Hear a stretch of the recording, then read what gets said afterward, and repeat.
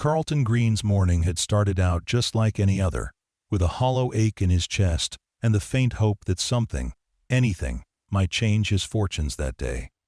He was trudging through his fields of drought-ravaged corn when something extraordinary happened, something that would later reshape everything he believed about generosity, hard work, and the quiet power of a simple act of deacon: kindness.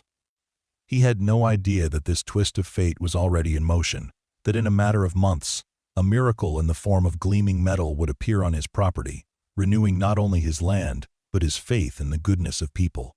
Before we carry on, let me know where you are watching from in the comments, and hit the subscribe button for something special tomorrow. Carlton had been up since dawn, wrestling with an aging irrigation system that groaned and sputtered under the relentless summer heat. The farm was large, spanning nearly 200 acres of mostly corn and a few scattered patches of soybeans, but the yield had been steadily diminishing for years. Drought conditions compounded the difficulty, and the rising cost of seed and fertilizer only added to his burdens. Bills were piling up in a disorganized stack on the small wooden table in his living room, each stamped with past due notices that made his stomach churn. He had inherited the farm from his father, a proud man who had kept the land prosperous through changing times, but now it felt like the entire weight of that legacy pressed on Carlton's back as the farmland slowly withered under a merciless sky. He walked between the corn rows, leaves crackling underfoot. The plants stood shorter and drier than they should have been at this stage in the season. Sweat glistened on his brow as he examined the drooping stalks. Anxious thoughts plagued him. How many weeks before the bank would issue another foreclosure notice? Was there any chance of a decent harvest this year, or would he be forced to sell off parts of the farm he had once promised his father he would protect? Each question was like a knife in his gut, a reminder that time was running out. The morning light, still mild, gave him a sliver of solace before the sun rose higher and scorched the fields with brutal intensity. He tried to start his battered tractor, a relic from the 1970, but the engine protested loudly, coughing out black smoke. Determined not to let despair defeat him, he lifted the hood and fiddled with a tangle of hoses and cables, hoping he could coax a bit more life out of the old machine. His attempts were in vain. After several minutes, the tractor sputtered and died. He slammed his fist against the metal, frustration flaring in his chest. Nothing in his life, from the fields to the equipment, seemed to be working in his favor. Then he heard it, a faint, uneven hum of an engine coming from the main road. The property was isolated, and he rarely had unexpected visitors. He wiped sweat from his forehead and straightened, gazing toward the dirt path that cut through the edge of his land. Dust billowed behind a small sedan that inched forward, engine rattling as if it might give out at any moment. Curious and vaguely concerned, he moved closer, noticing how the car wobbled like someone was fighting to keep control. Finally, the vehicle shuddered to a halt at the side of his field, steam curling from beneath the hood. A tall man in business attire stepped out, looking thoroughly out of place in a crisp white shirt and black slacks, neither of which were suited for farmland in the middle of a scorching summer. The man fiddled with his phone, tapping at the screen with increasing frustration, likely finding no service in the remote countryside. Carlton approached, feeling a swirl of unease and curiosity. Strangers were rare out here, and he couldn't help but wonder if this was a bank official come to serve him foreclosure papers, or if the man was simply lost. "Excuse me," the stranger called out, shielding his eyes from the sun. "I hate to bother you, but my car started smoking, and I don't have a signal to call for help. Do you know if there's a mechanic nearby?" Carlton sized the man up, noticing that he seemed more overheated than threatening. He also looked exhausted, perhaps from a long drive, or from desperately trying to nurse the car along dusty roads. Without hesitating, Carlton wiped his greasy hands on his jeans and responded, "Mechanic is about 15 miles down the main road, but you won't reach him if your car's dead. There's no real service around here, unless you climb one of those hills." He paused, clearing his throat. "I can try to take a look, but if it's something serious, you might have to wait for a tow truck, and that might take a while." The stranger exhaled slowly, relief blending with disappointment. "Thank you. I appreciate any help you can offer.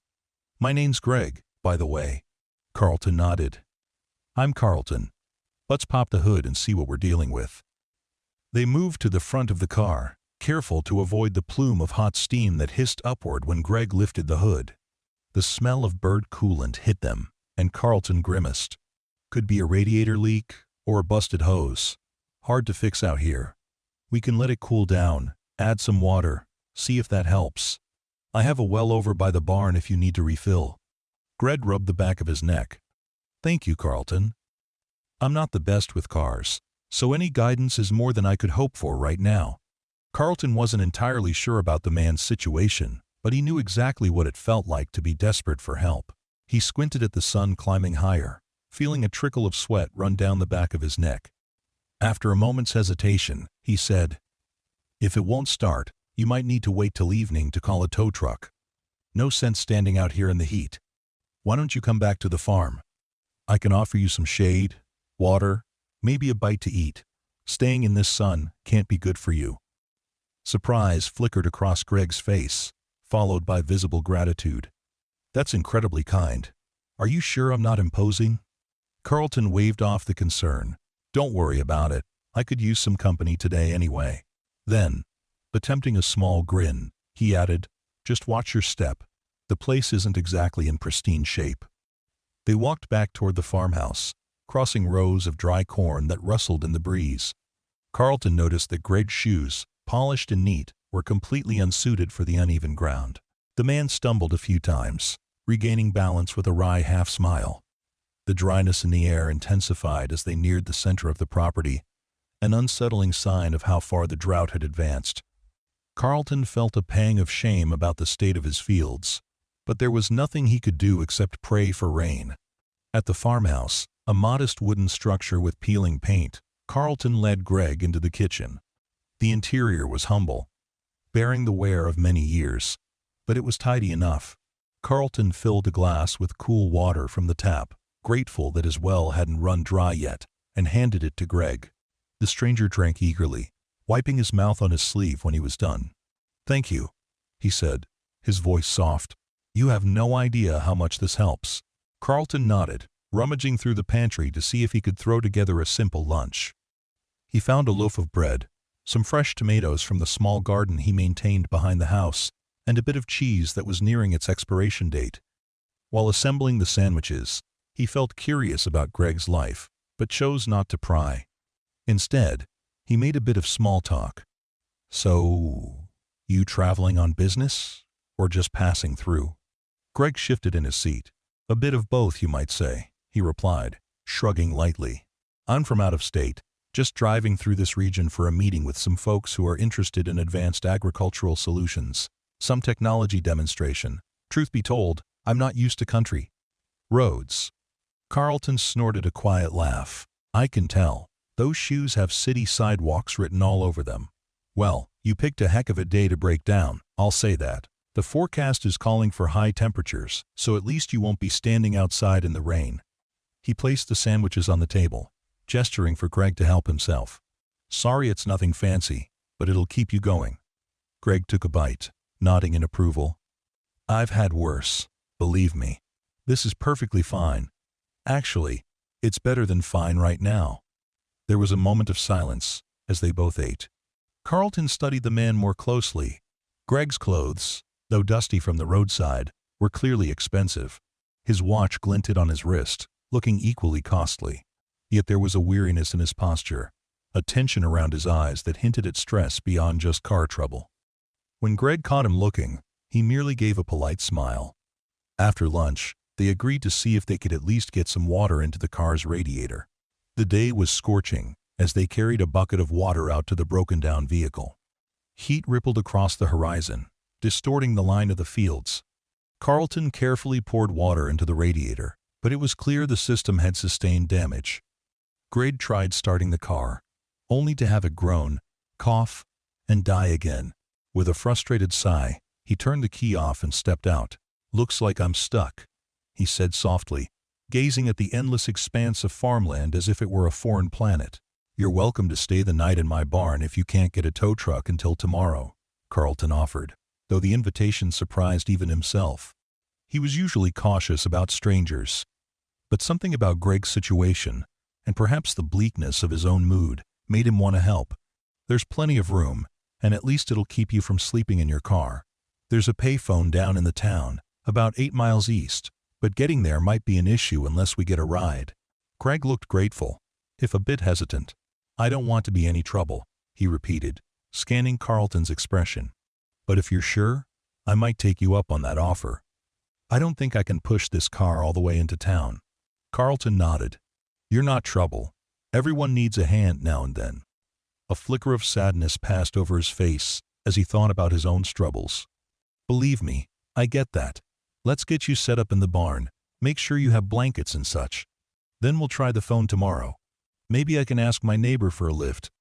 They made their way to the old barn, a place that had seen better days but still held sturdy beams and enough space for various tools, hay bales, and the battered remains of equipment. Carlton cleared a spot for Greg, laying out a couple of clean blankets on a soft patch of hay. It wasn't 5-star accommodation, but it was far more comfortable than sleeping in a car. Greg looked around, noticing the well-worn tractor parked near the far wall. Even in the dim light, it was evident that the machine was near the end of its life. The paint was chipped, and its tires had cracks in the rubber. Do you get much use out of that anymore? Greg asked, tilting his head toward the old tractor. Carlton gave a short laugh. Not if I can help it. It breaks down every time I take it out for more than a couple of hours. Lately, I've been doing most things by hand or hiring a neighbor's tractor when I absolutely need it. But I can't afford a new one, so I make do with what I have. He shrugged, trying not to dwell on the frustration that roiled in his gut every time he thought about that piece of junk. Greg ran his hand along one of the barn's dusty beams. Still, there's something about a place like this. It might be old, but it has a story, right? Carlton looked around, remembering how his father had once used the barn as the lifeblood of the farm, storing hay and tools, even raising a few animals in pens that now lay empty. Yeah, there's a story here, he murmured, just not sure how it ends.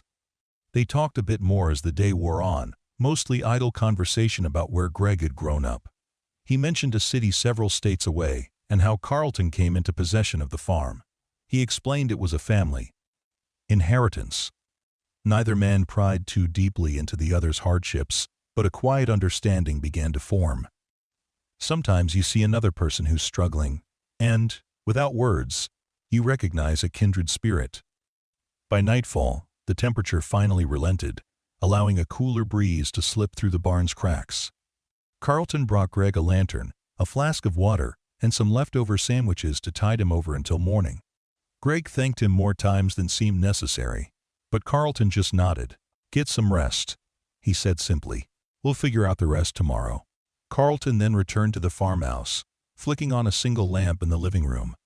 On the small wooden table, the stack of unpaid bills was a silent witness to his predicament. Exhausted, he sank into a weathered armchair, rubbing his temples. He couldn't help but think how easily Greg's misfortune could have been his own. Stranded, desperate, reliant on a stranger's kindness. He kept a small sense of perspective, that at least he had a roof over his head, no matter how shaky his finances were. He didn't sleep much that night, tossing and turning as the humid air pressed down on him. Images of withered cornfields flickered in his mind, along with the worried faces of the bank officers who had visited weeks ago, reminding him that time was short. He wondered if it was foolish to help someone else, when he could barely help himself. But the more he thought about it, the more he recognized that offering shelter had cost him almost nothing. And in a harsh world, small acts of compassion could be the only currency that really mattered. When dawn arrived, he trudged out to the barn, half expecting to find Greg gone. To his surprise, Greg was awake, carefully folding the blankets. "Morning," he said, stretching his arms. "Hope you got some sleep. I kept hearing odd creaks all night, but I guess that's part of the charm." Carlton chuckled. "That's the barn for you. Let's see if we can call for a tow truck today. My neighbor, Ms. Wilcox, might be able to give you a ride into town so you can figure out the details." They had a quick breakfast of scrambled eggs and whatever bread was left. Then they walked to Ms. Wilcox's property, a modest homestead about a mile down a connecting dirt road. The older woman, known for her blunt manner and generous spirit, gave Carlton a skeptical look when he introduced Greg, but eventually warmed to the idea of helping. "Sure," she said, smoothing her apron. "I was heading to the feed store anyway. If your friend here wants to hop in the truck, I can drop him by the payphone in town, or maybe even the mechanic's place." Greg seemed relieved. "That would be fantastic. Thank you so much." He turned to Carlton, offering a handshake. "I can't repay your kindness right now, but I hope you know how grateful I am. Once I sort this out, I'll see if I can swing back and cover whatever I owe you for meals and a place to stay." Carlton waved it off. "Don't worry about it. Safe travels, Greg." Ms. Wilcox hoisted herself into her old pickup. Greg climbed in beside her, and they rolled away in a cloud of dust. Carlton stood there watching, a strange sense of emptiness blossoming in his chest, as though he'd just said goodbye to a distant relative he might never see again. He walked back to his own property, returning to the unending list of chores. The memory of Greg's dusty shoes and thankful smile stuck with him throughout the day, weaving itself into his thoughts as he battled with the irrigation pump, fed the chickens, and wrestled with the battered tractor's engine in the feeble hope of coaxing it back to life. Over the next few weeks, life carried on with its grinding routine. The drought worsened, leaving the fields in an even sorrier state. Carlton's concerns grew heavier as he struggled to keep the bank's demands at bay, often ignoring calls he knew would lead to confrontations about overdue payments. He tried to remind himself that he was doing everything within his power, but each day felt like another step toward an inevitable downfall.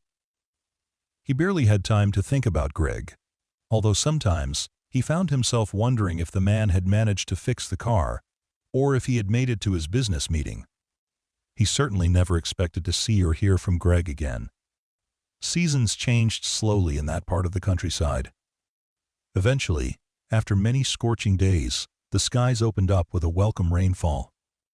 It wasn't enough to fully revive the fields, but it offered temporary relief from the unrelenting dryness.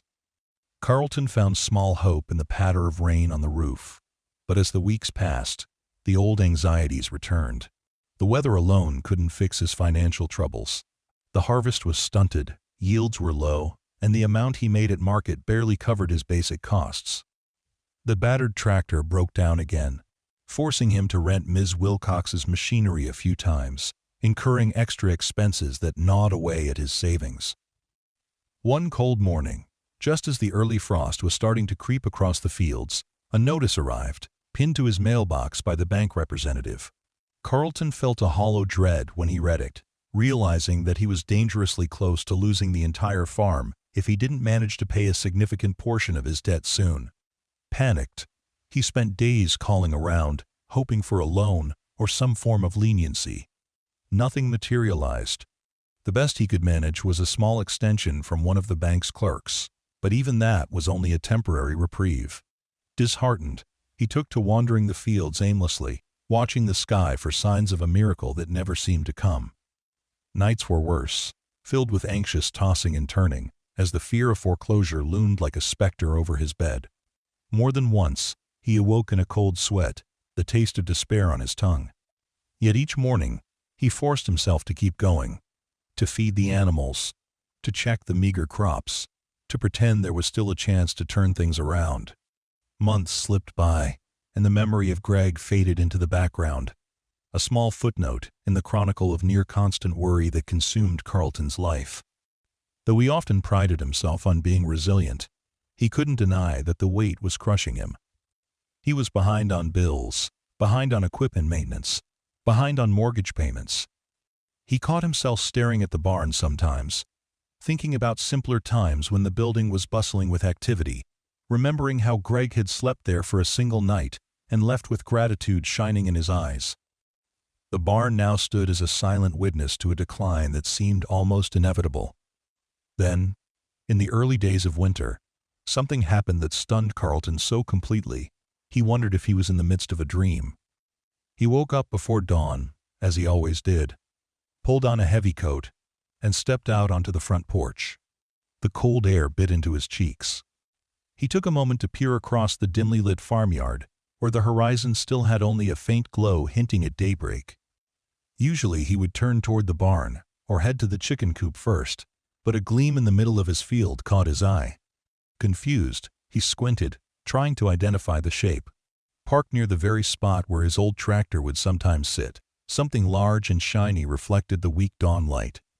He blinked, rubbed his eyes, and started walking toward it, the crunch of frost under his boots sounding impossibly loud. As he approached, his breath caught in his throat. It was a tractor, but not just any tractor. It was brand new, sleek, painted a vivid green with the sort of polished sheen that promised state-of-the-art engineering. The tires looked enormous, sturdy enough to tackle any terrain. There were no plates or stickers indicating ownership, but it stood there silently, as though it had grown overnight from the soil itself. His mind reeled. He couldn't fathom who might have driven it there, or why. He walked around it slowly, heart hammering, gaze sweeping over the modern design, the advanced controls visible through the glass cabin. On the seat lay a small envelope, pinned down by the tractor's ignition key. With trembling fingers, Carlton picked up the note and read, "For the man who helped me when he had nothing to spare. Thank you. May this keep your farm alive, Greg."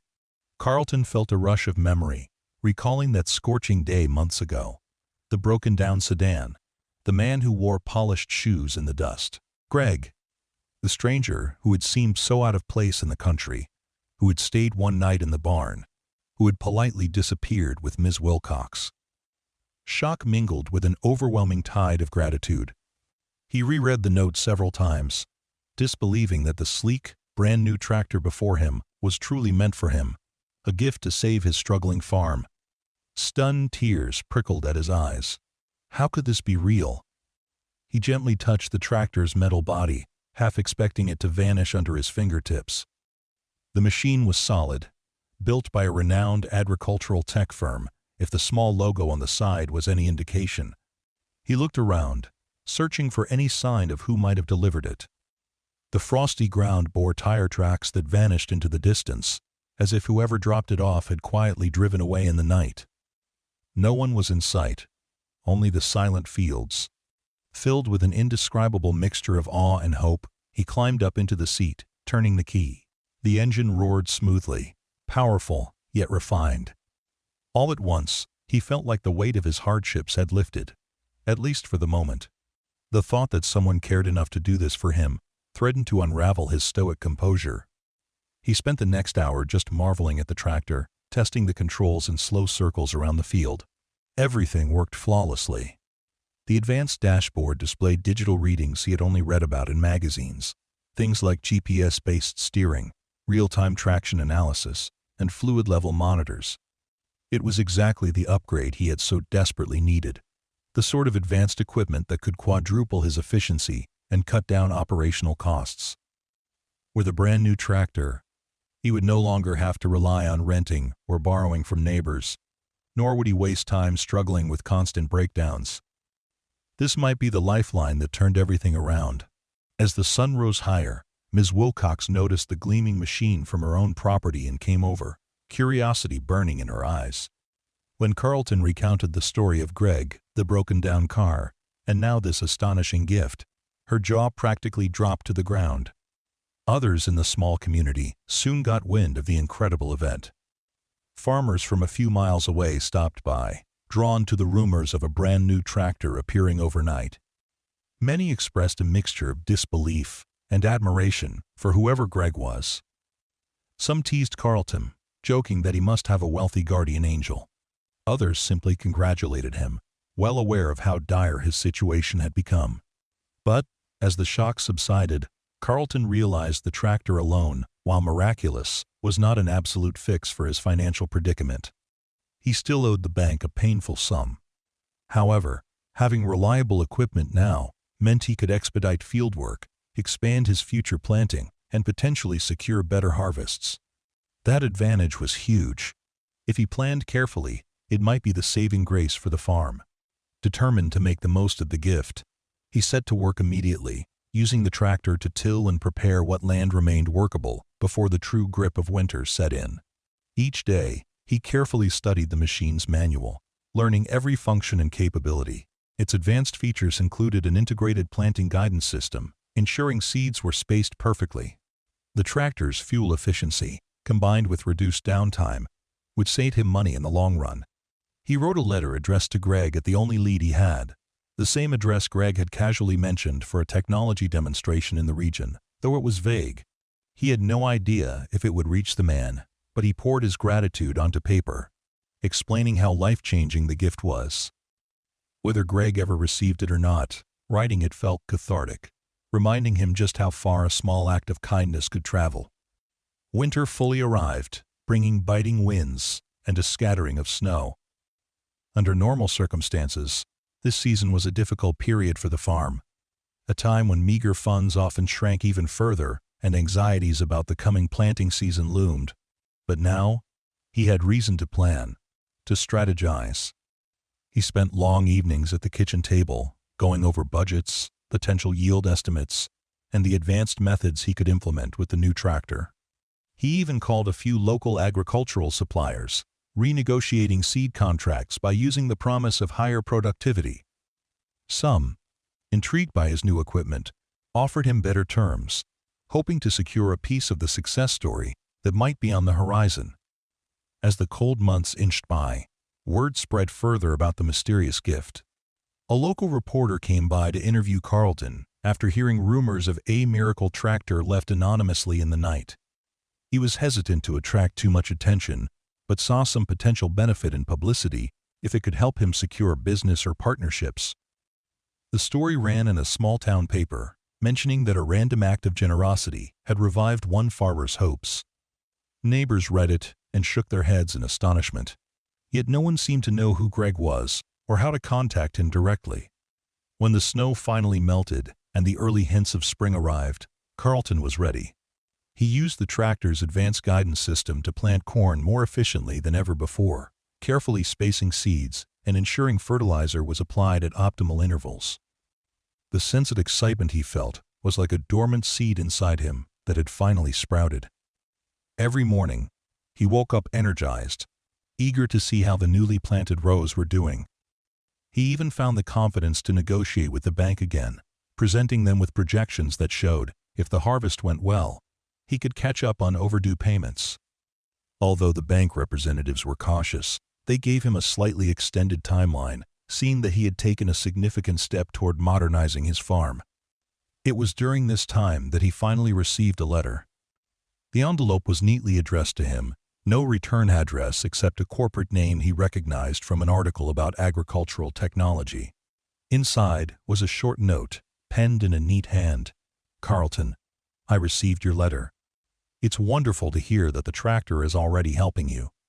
Sorry I dropped it off and vanished, but I had to catch a flight overseas. I'm proud of you for persevering, and I hope this equipment is the key to a better tomorrow.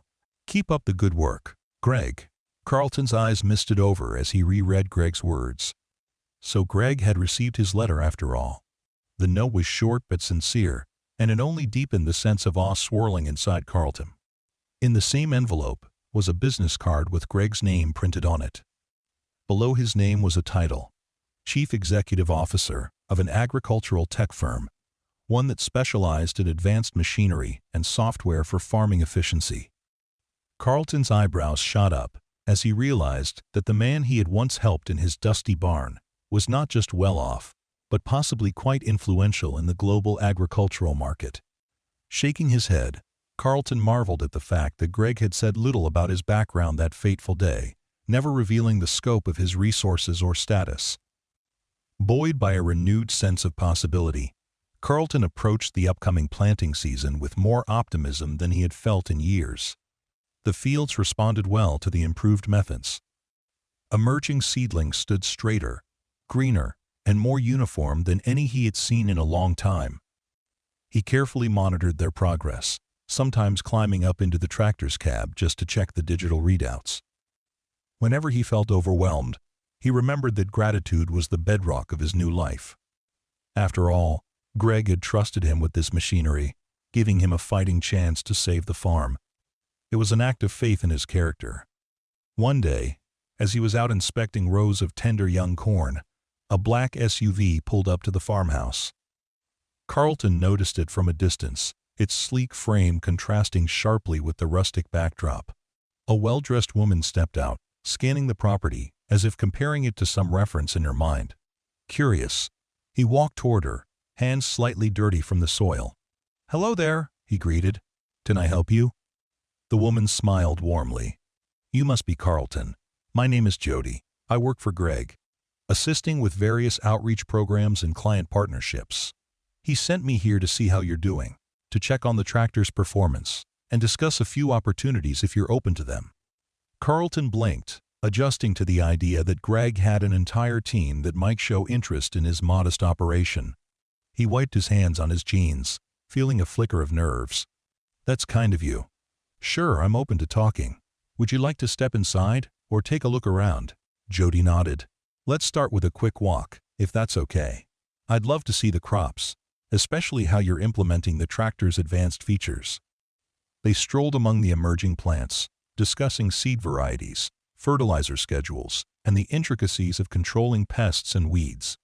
Carlton explained how the tractor's sensors and GPS guidance had elevated his efficiency, drastically reducing wasted seed. He spoke about how excited he was to see if the yield matched or exceeded his estimates. Jody took notes, occasionally asking more technical questions. Her manner was polite yet direct, showing genuine interest in the success of the farm. Eventually, they circled back to the farmhouse, where Carlton offered a glass of iced tea, feeling a mix of pride and lingering disbelief that corporate representatives would find his humble place so compelling. Jody took a seat on the creaky porch, gazing out at the land. "Greg was impressed by how quickly you adapted to this technology," she began. "He's always believed that the best stories come from everyday farmers who just need the right tools and a bit of help. He wants to propose something, and I'm here to feel you out about it." Curiosity sparked in Carlton. "What's on his mind?" She cleared her throat gently. "Our company is launching an initiative to demonstrate modern farming techniques to smaller operations that might be struggling.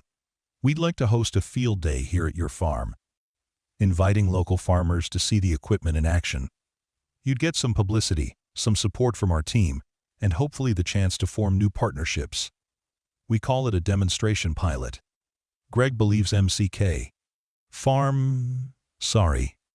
I mean, your farm could be a perfect example of how technology can transform outcomes." Carlton hesitated, the idea both exciting and intimidating. He pictured crowds of curious farmers wandering his fields, cameras capturing his half-repaired barn and peeling farmhouse. But he also recognized this could be a rare chance to secure additional revenue streams or even sponsorship from the company. "It sounds like a big undertaking," he said carefully. "I'm not opposed, but I'd need to understand the details." Jody smiled. "Of course. There's no pressure. I can leave you with some literature about how these events typically run. All we'd need from you is access to the fields, your personal testimony about your experience, and maybe a short demonstration of how you use the tractor. We bring staff, set up booths, and invite local media. Typically, we see a good turnout. Farmers ask questions, watch the equipment in action, and sometimes end up purchasing or leasing through our program." He sipped his iced tea, weighing the possibilities. "All right, I'll look it over. I appreciate the opportunity. I guess if it helps other folks as much as it's helped me, it can't be a bad thing." I'll tell Greg you're considering it," she replied, standing up. "In the meantime, keep up the good work. He's rooting for you from afar, and I'm sure he'll drop by himself if he's ever in town." With that, she departed, leaving Carlton with a folder of documents outlining the demonstration pilot. He leafed through them that evening, amazed at how thoroughly the program was structured, from marketing strategies to educational workshops. The thought of hosting such an event on his land felt surreal, but he couldn't deny the sense of pride it stirred. Only a year ago, he had been on the brink of losing everything. Now, he was fielding visits from a major agricultural tech firm, sharing lessons on how to use advanced equipment he could never have afforded on his own. Spring transitioned into the warmth of summer. The corn grew tall and strong, the leaves rustling with renewed life. Carlton's days were a whirlwind of activity as he managed every aspect of the farm, from irrigation to scouting for pests. The brand new tractor never faltered, humming along reliably whenever he fired it up. His optimism soared each time he surveyed the lush growth, envisioning a harvest large enough to settle his debts and keep the farm in the family. And in quieter moments, he still marveled at the generosity that had arrived one morning, inexplicably changing his world. Eventually, he agreed to host the demonstration pilot. Over the next month, Jody and a small team from the tech company helped him plan everything, from setting up demonstration plots to inviting local farmers and media. Carlton threw himself into preparations, even sprucing up the barn with a fresh coat of paint and repairing a few rotted boards. Ms. Wilcox stopped by often, curious about the developments. She teased him about becoming a local celebrity, a notion that made him blush. At last, the big day arrived. Rows of cars and trucks lined the edges of his fields as small groups of farmers, agronomists, and journalists wandered around, guided by the company's staff. Tents were set up to provide shade, each containing displays of different technological solutions for small farms. Carlton led scheduled tours, proudly showing how he used the tractor's advanced mapping features to optimize planting density. Attendees marveled at the digital interface, snapping photos and asking technical questions. Some expressed skepticism, but many seemed genuinely inspired by how quickly the farm had rebounded. He noticed Jody talking to a cluster of reporters, gesturing toward him and the brand-new tractor, likely retelling the story of how it was delivered in the dead of night. One reporter approached, microphone in hand. "Mr. Green, how do you feel about having your farm serve as an example to others who might be struggling?" the reporter asked. Carlton wiped the sweat from his forehead, taking a moment to collect his thoughts. "It's an honor, really," he said. "I was on the edge of losing everything. And to see how this technology changed my circumstances is a blessing. I want other farmers to understand that there are new methods and tools out there, and if they keep an open mind, they can pull through hard times." The reporter smiled, clearly pleased with his answer. "And any idea who Greg is? The man who gifted you this tractor? There's a lot of talk around here about him." Carlton shrugged. "He's my friend, I guess you could say. At least, I consider him one after what he did for me. He's the CEO of this tech company, but more than that, he's someone who believes farmers deserve better support. I just wish I could thank him face-to-face again." The day was a triumph. By the time the last demonstration ended, many local farmers had expressed interest in leasing or purchasing equipment. Some wanted to sign up for consultation services, while others simply left with new ideas. The company staff seemed thrilled, hinting that future collaborations could be in store for Carlton if he wanted. Exhausted but satisfied, he shook countless hands, hearing story after story of others who were barely holding on. He encouraged them, sharing how a single act of kindness had given him hope. Night fell, and soon the crowd dispersed, leaving behind only the soft glow of the barn's overhead light and the humming of crickets. Carlton sat on his porch, sipping a cool drink, replaying the day's events in his head. In the distance, the brand-new tractor gleamed faintly under the moonlight, a symbol of how drastically life had changed. He was lost in thought when he heard the crunch of tires on the gravel driveway. Looking up, he saw a sleek car rolling to a stop, headlights momentarily illuminating the porch steps. The engine turned off, and a figure stepped out. With the dim light from the porch, Carlton recognized the silhouette. Greg. Heart leaping, Carlton stood, almost knocking over his glass in his haste. Greg walked closer, wearing a slightly sheepish smile. "Carlton," he greeted, voice low and warm. "Looks like I arrived a bit late for the big show." Speechless, Carlton took a moment to regain composure. "Greg, wow. Thank you for coming. I didn't actually know if I'd ever see you again." Greg nodded, taking in the scene. "I got tied up in meetings, but I flew in this afternoon and drove straight here once I could. I wanted to see for myself what you've accomplished." He gestured at the farm, the tidy rows of corn, the newly painted barn. "It's incredible, Carlton. It's exactly what I hoped would happen when I dropped off that tractor." Emotion welled up in Carlton's chest. "You saved this farm, Greg. I can't begin to thank you enough. If I have to spend the rest of my life trying, I will." A hint of discomfort showed in Greg's expression, as though praise made him uneasy. "Believe it or not, You did most of the work. I just gave you the tool. And I did it because you were there for me when my car broke down. You showed me kindness when you had every reason to focus on your own troubles. That's not something I come across every day. Carlton remembered the sweaty, desperate day Greg had appeared. He recalled offering water, a meal, a place to rest in the barn. It had felt so natural, even amid his own crisis.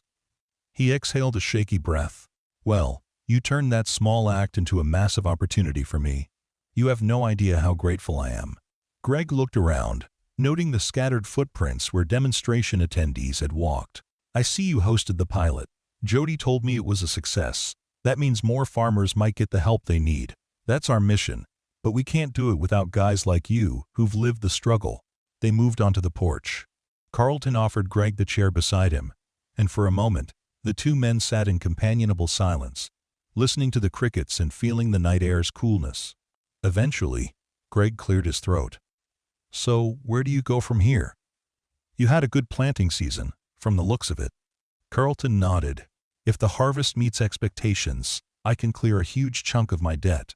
Might even be able to invest in additional improvements, maybe upgrade the irrigation system. After that, who knows? Maybe expand the orchard. Hire one or two more people, so I'm not working around the clock. Greg smiled softly. It's good to hear, and if you want to continue working with us, we're open to exploring more advanced solutions. You've shown an aptitude for the technology that many farmers struggle with.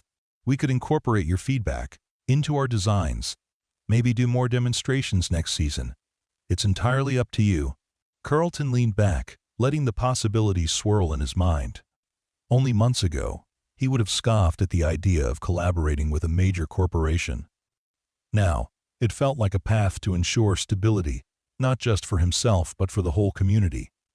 The heaviness that once crushed him was gone, replaced by cautious optimism. I'm definitely interested, he said at last. I can't believe how life can change so drastically just because someone took a leap of faith on me. Greg's gaze wandered to the moonlit fields. I was taught that if you're in a position to help, you do it. And I was in a position where I could, thanks to some good fortune in my own life. I was lucky you welcomed me in when I was just a stranger on the side of the road. They spent the next hour swapping personal stories. Greg explained a bit about his upbringing, how he had come from humble beginnings and found success in the tech world through perseverance and a few breaks of his own. He recounted the day of the breakdown, admitting that he was on his way to finalize a significant deal and, in the midst of it, felt thoroughly humbled by needing help in such a remote place. Carlton listened, surprised at how the wealthy CEO had once been an ordinary kid, tinkering with farm equipment in his family's small garage. That hidden layer of shared experience made their bond feel more genuine. Eventually, fatigue settled in. Greg stood, smoothing the wrinkles from his suit. I better head to the nearest motel and get some rest.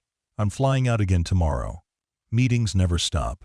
He extended his hand to Carlton. Thank you for the warm welcome. And thank you for letting my team host today's event. Carlton gripped Greg's hand tightly, gratitude radiating from his expression. No thank you. This farm has a future because of you. Don't be a stranger, all right? Greg nodded. I'll try not to be. With that, he walked off into the darkness, the headlights of his car illuminating the gravel as he drove away. Carlton remained on the porch, heart full, mind brimming with possibilities. The next morning, he woke to a renewed sense of determination. He was no longer just trying to keep his head above water. He wanted to thrive and help others do the same. The day's chores felt lighter. Checking on the corn, calibrating the tractor, and going over finances now carried a sense of purpose he had rarely felt before. He began drafting a plan to improve the farm's irrigation, gathering quotes and designs for a more efficient system. He also set aside time to mentor a younger neighbor who was starting his own small plot. Demonstrations from the previous day had sparked a wave of interest in the region, and farmers kept calling, eager to learn how to implement the technology. Throughout the summer, the fields thrived. Occasional rainstorms provided enough moisture, and the tractor's precise planting had maximized every acre's yield potential. When harvest time arrived, Carlton got to work using the tractor's specialized attachments. He found himself moving through rows at a brisk, steady pace, collecting an astonishing volume of corn. His hands shook at times, from sheer excitement, from the possibility that all these bushels would translate into the income he needed to finally wipe the slate clean with the bank. When the final numbers came in, he was elated. The yield had shattered his previous records, thanks in no small part to Greg's gift. He sold most of the harvest at a favorable market price, then watched with relief as the funds in his account rose enough to not only pay the critical debts, but also set some aside for improvements. On a sunny afternoon, he walked into the local branch of the bank with a check that covered a large chunk of what he owed. The banker's eyes widened in surprise, and as they processed the payment, Carlton felt an immense weight lift from his shoulders. He wasn't entirely debt-free, but for the first time in years, he was on stable ground with a clear path forward. That autumn, he began the installation of a modern irrigation network, partial drip lines that conserved water while delivering it directly to the plant roots. He also tested new seed varieties that Greg's company recommended, picking those best suited for the region's climate. Ms. Wilcox regularly dropped by, beaming at how the once struggling farm had transformed into a hub of innovation. Even the battered old barn, once a symbol of decline, now housed a refurbished workshop where Carlton tinkered with new farming devices. As word of his success spread, more people reached out, hoping to replicate his results. Carlton found himself hosting smaller, informal events. Groups of neighboring farmers would gather in the barn to discuss strategies, share experiences, and watch demonstrations of the advanced tractor. Each meeting reminded Carlton of how far he had come. No longer was he the isolated farmer drowning in despair. He was a leader, an example of what perseverance, bolstered by timely aid, could achieve. When winter arrived again, snow blanketed the fields, but Carlton's heart was far from cold. He arranged for a holiday gathering, inviting Ms. Wilcox, a few of his employees, and some neighbors who had become like family during his hardships. They feasted on roasted vegetables from the garden, swapped stories around a cozy fire, and marveled at the sense of community that had formed. There was laughter, there was hope, and above all, there was gratitude.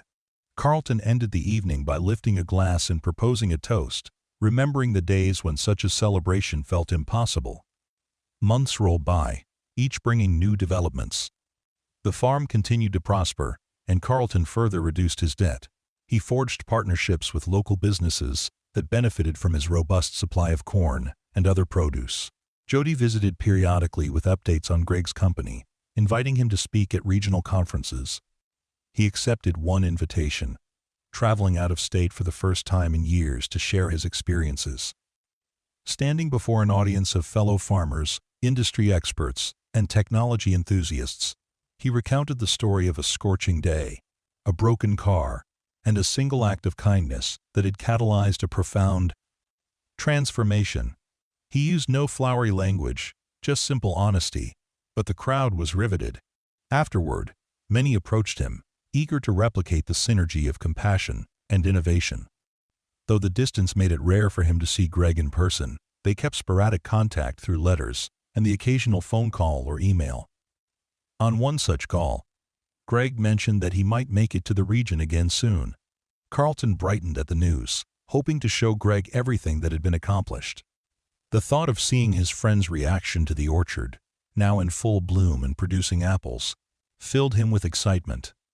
Another demonstration day was scheduled for the following spring, this one larger than the first. The company planned to showcase new models of machinery, high-tech seed coatings, and advanced weather monitoring systems. Carlton's farm was once again the chosen venue, and he threw himself into preparations, cleaning up the farmhouse, upgrading the barn's interior, and meticulously organizing the fields for easy viewing. As the date neared, invitations went out, and an impressive number of people registered to attend. It seemed that, in just a couple of years, his once dying property had become a beacon of possibility for an entire agricultural community. When the day arrived, the turnout surpassed all expectations. Rows of vehicles lined the main road. Tents sprang up across the property, each showcasing a different aspect of modern farming.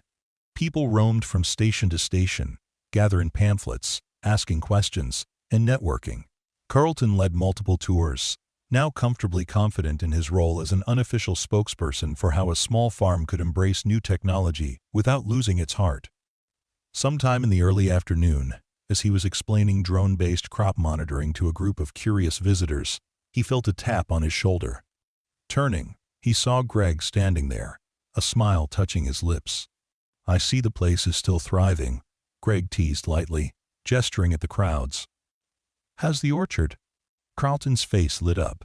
Without a second thought, he greeted Greg with a friendly hug, ignoring a few surprised glances from onlookers. "Good to see you. Come on, let me show you." He led Greg along a path behind the barn, where rows of apple trees stood, branches heavy with fruit in various stages of ripening. The orchard had been revived through careful maintenance, and some of the same technology that had boosted the crops. The transformation was remarkable, and Greg's admiration was evident as he ran his fingers gently over a low-hanging apple. "It's beautiful," Greg said softly. "I remember seeing this land when it was parched and tired. You've worked wonders, Carlton." They strolled through the orchard, leaves rustling overhead. When they reached a small clearing, they paused, gazing across the farmland. Visitors and staff could be seen milling around the demonstration areas, an air of optimism and collaboration pulsing across the fields. Greg looked at Carlton, something thoughtful in his expression. "I'm proud of you," he said. "But I'm also proud of the way you've used this success to lift others up. That was always the hope, you know, to help one person who would then spread that help further. Seems like you're doing exactly that." Carlton felt a flush of warmth. "I remember how desperate I was. It's not something I ever want others to feel if it can be prevented. You gave me the tractor, but you also gave me a chance to believe in possibility again. And that's what I want to share with them." They returned to the crowds, where Greg fielded questions from some of the media present. Rather than dwell on his own role in the story, he diverted attention back to Carlton's dedication. He praised the resilience of small farmers, emphasizing that technology was a tool, but the true engine of success was the heart and determination of people like Carlton who refused to give up. Reporters hum on his words, scribbling notes about the synergy of old-fashioned grit and cutting-edge innovation. As the day wound down, they retreated to the farmhouse porch. Greg loosened his tie, letting out a contented sigh. "I'll probably be off again soon," he admitted. "These days, I'm traveling between continents, forging new partnerships, but I'm always just a call away. If you ever need anything, don't hesitate." Carlton nodded, feeling both gratitude and a pang of sadness at the transient nature of Greg's schedule. "Safe travels, then. And thank you again. I think about that morning sometimes, how different things might have been if I'd just waved you off or pretended not to see you. Scary to imagine, really." Greg met his gaze with unwavering sincerity. "Well, you didn't wave me off. You helped me, and that made all the difference. Now you're helping countless others by sharing your experience." He sipped a glass of water, eyes drifting toward the horizon. "When people talk about you in our company, they call you the heart and soul of the pilot program. Don't underestimate your impact. This farm, these demonstrations, your willingness to teach this is changing lives." The next morning, Greg departed early, leaving behind the faint sound of gravel crunching under his tires. Carlton watched him go, quietly reflecting on the path they'd traveled.